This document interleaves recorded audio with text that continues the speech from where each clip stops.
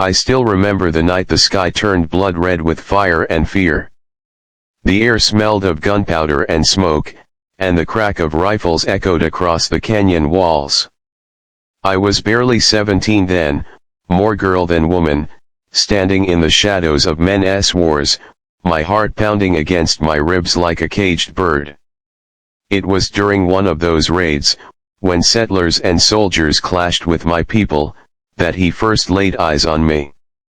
He wasn't looking for me, not truly. But fate doesn't always ask permission before it throws two souls together. He thought I was an enemy. An Apache girl caught in the wrong place, at the wrong time. His rope slipped around my wrists, his hand pressed hard against my shoulder, and in one single heartbeat, my freedom was stolen. But what he did next changed everything. Part 1, Hook and Setup. I was dragged from the canyon floor, the stars above swallowed by smoke. My braid was tangled, dust smeared my face, and my heart burned with anger. I expected cruelty. I expected harsh words, maybe worse. That was the way of things when a girl was taken, especially by men who wore boots and carried rifles. But instead, he just looked at me.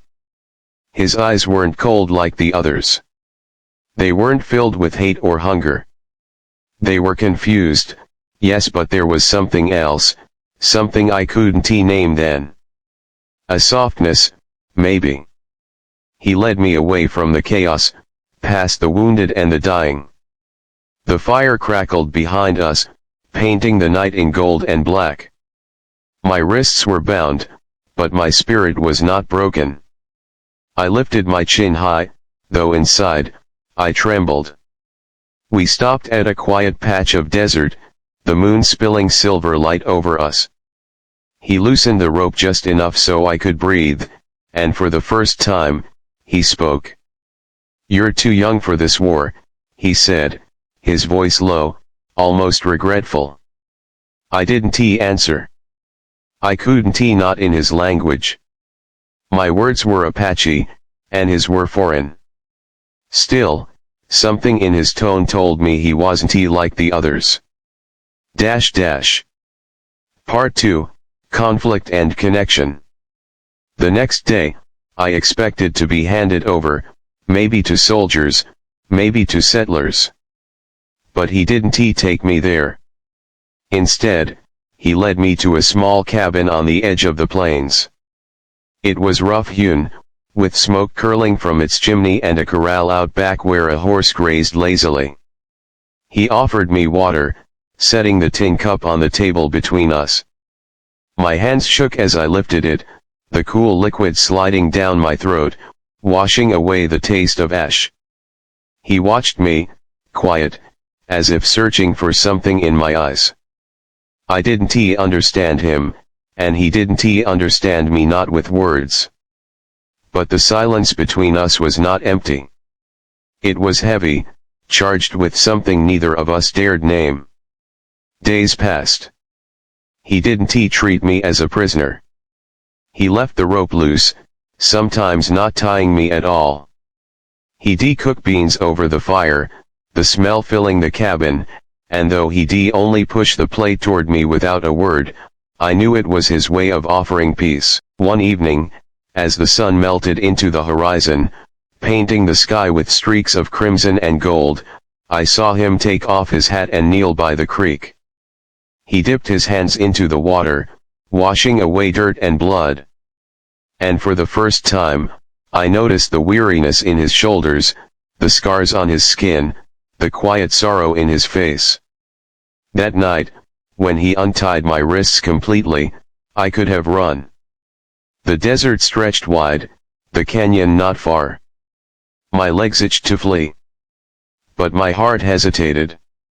Something held me there, a strange trust, a flicker of hope.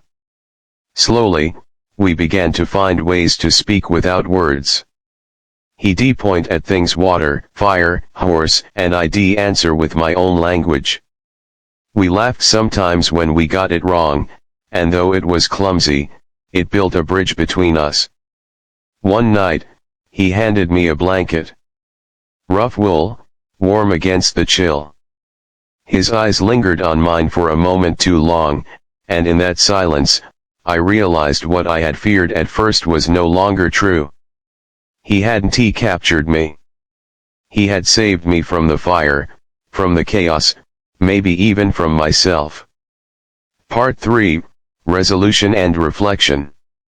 Weeks turned to months, and the world outside still burned with conflict. Settlers distrusted the Apache, and the Apache distrusted the settlers.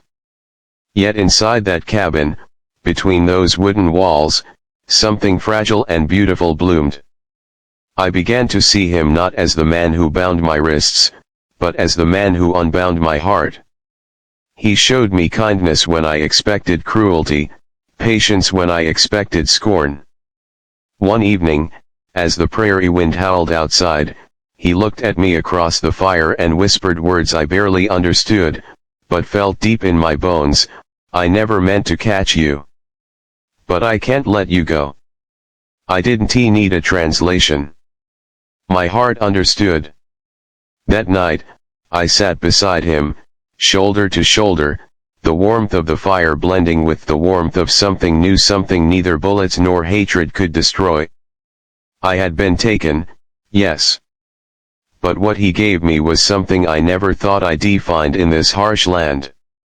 He gave me choice. He gave me trust. He gave me love.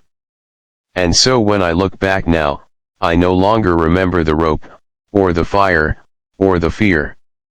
I remember his eyes under the silver moonlight, the gentleness in his rough hands, and the way the prairie seemed to breathe with us when we finally chose each other. He captured me once, but it was my heart that chose to stay.